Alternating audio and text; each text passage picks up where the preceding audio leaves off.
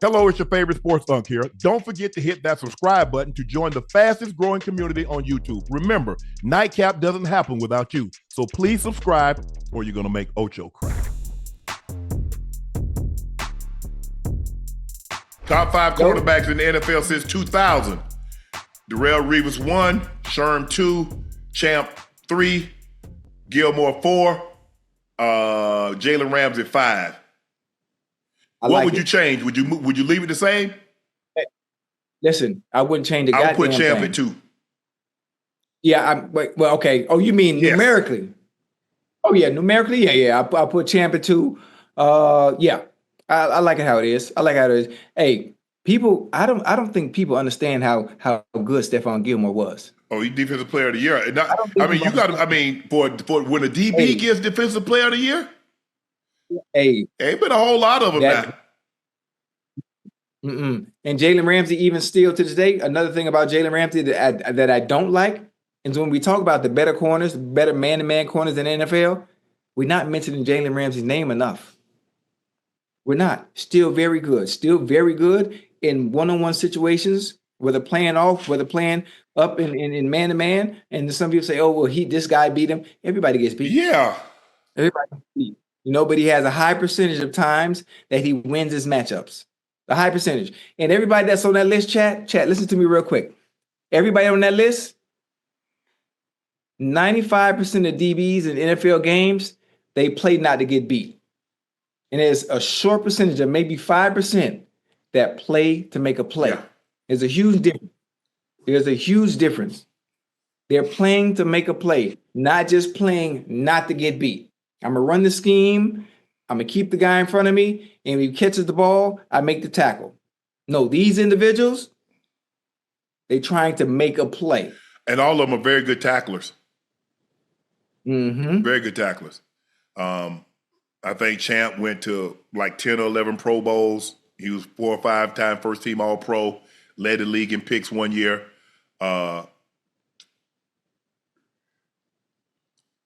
Stephon Gilmore was Defensive Player of the Year. He had a great season.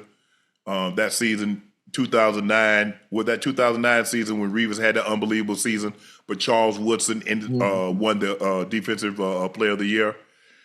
Ramsey's just been good everywhere he's been. I'm surprised. It's just surprising to me that how good he's been, that he's been moved this many times. That's what's surprising to me, Ocho. From Jacksonville to the Rams to the Dolphins, Dolphins to Steelers. Ramsey's been good everywhere he's been. He ain't no slouch. Yeah. No. Can play multiple positions. I can see him playing safety. Like you saw Charles Woodson and Rod Woodson later in their career move to the safety position, and Aeneas Williams, and time. Yeah. I mean, they're going to be. They're going to be able to do a multitude of things with Ramsey in Pittsburgh. So that's going to be really interesting, the way they use him. Obviously, Brother Joey Porter Jr. is going to be on one side, and I'm not sure where Slade's going to be. And maybe when that team go to 3 receiver sets or 4 or 5 receivers, I ain't no telling how that's going to work out or what they're going to do. But it's going to be, they're going to have very many options. And with that front four that they have. Well, that ball got to come out. Are we saying Cam Heyward's going to be there or not be there? Oh shoot, I forgot about that. God damn it. Is he really going to stand on business too long, you think?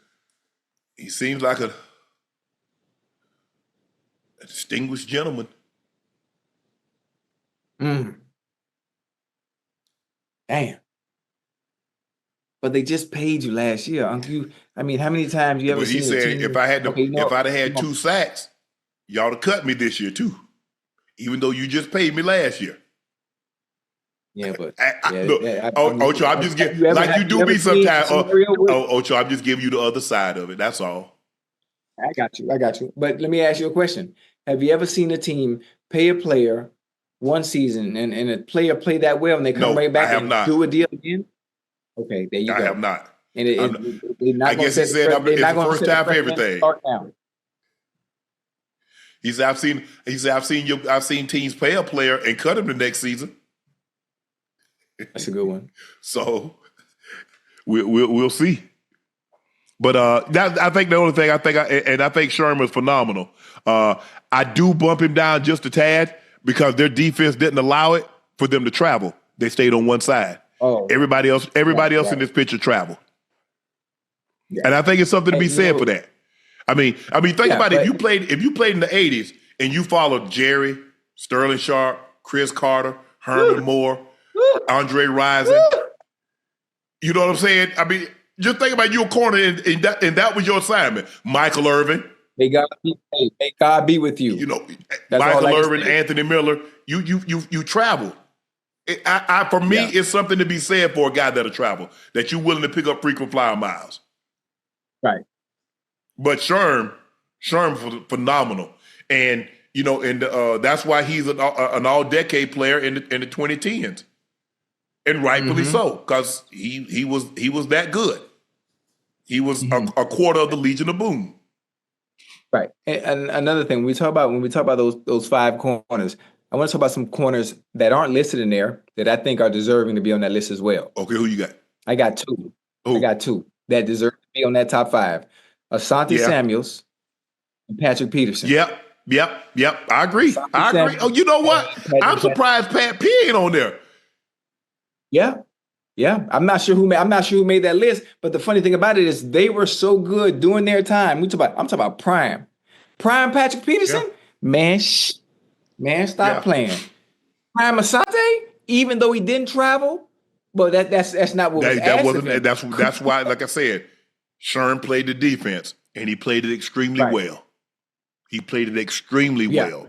But for me, when you got to take Brandon Marshall and take Ocho and take Cal and take Megatron and take T.O. and take Julio, I got to give you credit. But listen, do you understand the kind of bag? You understand the kind of toolbox you have to have as a DB to play against each one of them receivers you just named, knowing that you got to approach each situation differently. Your style of play has to be different based on who is man. That is why I say, and people will laugh at me, I say defensive back is the hardest position to play, especially if you're a traveling corner that has to have a man. Listen, you think it's hard? You think it's harder? Maybe physically, but not mentally. Than quarterback? Yes. Yes. It's a mental game. Hold on, timeout. Oh, this is a great conversation. Name the quarterback. I'm Patrick Peterson. 1 week, say the receivers again. 1 week I got to go against who? Okay, you going against Julio. Julio Jones. Fast. Good in bump and run. Can run routes like no other. I got to travel with him for 4 quarters. My toolbox, my technique has to be perfect. Mentally, in itself, is just like playing the quarterback position because you got to be on point. One mistake, one error, you done. That's 6 points. Look, I'm not saying it's not easy, but as the quarterback, I got to know, okay, this defensive front, instead of Liz, let me rip this. I need to know X, Y, Z, running back, there's a reason why the quarterback playbook is this thick and defensive backs playbook is this thick. Yeah, but listen, even if the defensive back playbook is this small, right? Understanding what he has to go through. Every Think down. about all the coverages, Ocho. I got to think about down and distance. I got to think about position on the field. I got to think about personnel. Are they in sub? Are they in spinner? Are they in 3-down scan? Cover 4, cover 6, cover 5. They clouding it. They banjoing it. Ocho, I got to know all of that. And I got to know, okay, who nickel, dime, sub. No, they in 6-2. No, they in a 5-3. Right. No, sir. I honestly, listen, 1 week I'm traveling. 1 week I got T.O. Next week I got Calvin Johnson. The next week I got Randy Moss. And that man, please. And one week you got the Steelers defense with that 3-4. The next week you got the Eagles defense with a 43. Right. And the next week you got the Ravens. Yeah. And then the next week you got the Buccaneers. And then the next week you got Seattle. And the next week you got the Jets. And then the next week you got the Broncos. And then you got Bill Belichick. And then you got Rex Ryan.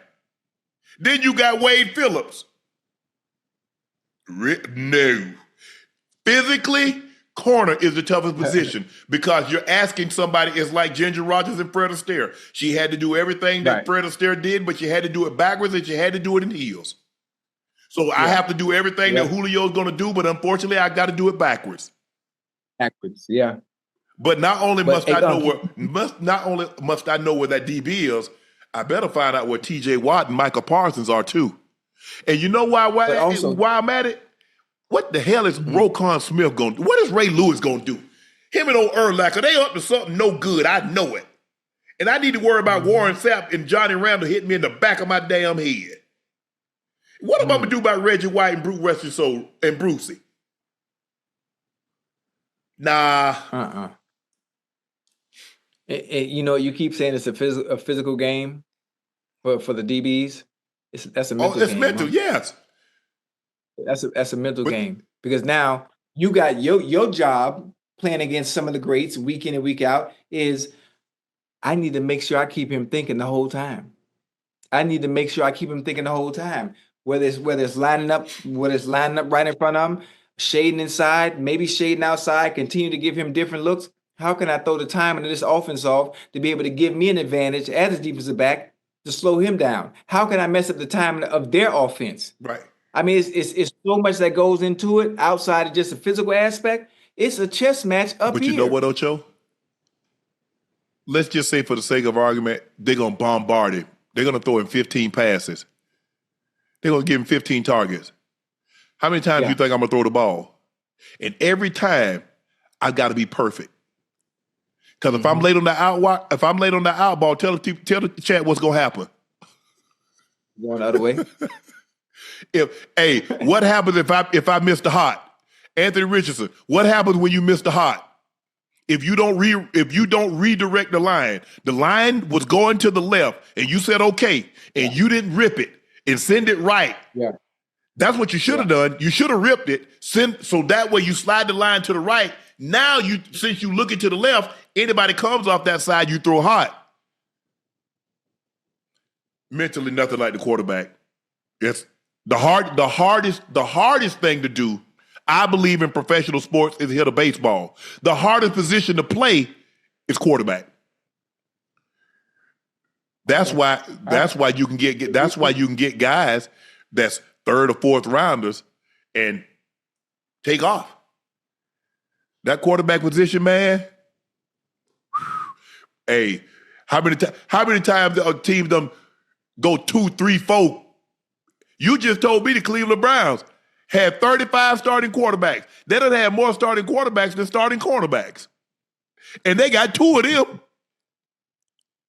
I tell you what, I got another one for you. I'm going to tell you, the Cleveland Browns have found probably their best corner they've ever had is Denzel Ward. You know how long it took for them to find a Denzel Ward? They had Lee Bowden. Lee Bowden was really good. I mean, just before your time, they had Hanford Dickett and Frank Minifield. They were really good. They were. Wasn't no Denzel Ward. You need to do some homework on them boys. They were really good. Wasn't Denzel Ward. No. Yeah. Ocho. They were really good. Yeah. Minifield and Dixon. They were Ocho. They were really good. All right. I'm trying to think who else Cleveland had. They had Joe Hayden. Was Joe Hayden any good? I know you did. I forgot about Joe. But listen, Joe was great. Joe was good. Joe was really good. Lee Bowden was very good. Dalen McCutcheon. Did I say it right? Remember Dalen McCutcheon from USC? He was really good. But Denzel Ward. Oh, Denzel, yeah, he's different ball game. Different ball game. Think about it. Okay, so name the quarterback equivalent of Denzel Ward. in Cleveland. Name the what you call him, the equivalent of Joe Hayden, quarterback in Cleveland. You just gave me 2 cornerbacks. Now give me the quarterback equivalent. They haven't been able to find one. There you go. There you go. But look, this is like you said. They left off Pat P. They left off Asante. I'm trying to think who else was.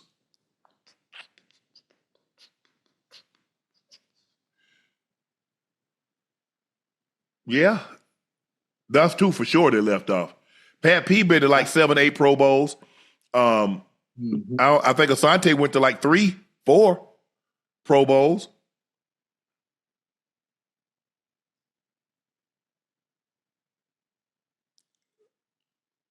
Hold on. What the hell, Charles Woodson? What?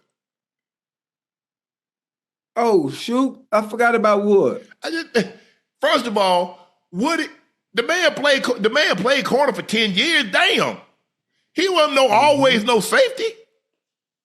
I don't know why that slipped my mind.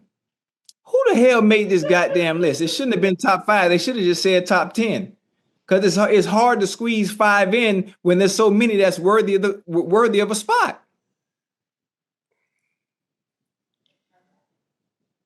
Ty Law. Well, Ty Law would be in that same conversation with Asante Sanders as well. Ty Law in the Hall of Fame. Yeah, I know. With 3 Super Bowls. It was that belly and the physicality that Ty them did. Remember on the Colts and on the Greatest Show on Turf, how physical they were. Yeah. Coach Belichick, that's Coach Belichick's style when he was with the Giants. They got physical with the Bills and the K gun. Right up in your face. Right up in your face. Man. Ooh, they left some people off, didn't they, here? I'm going to call Woody. Hey, Woody, they ain't got you on here.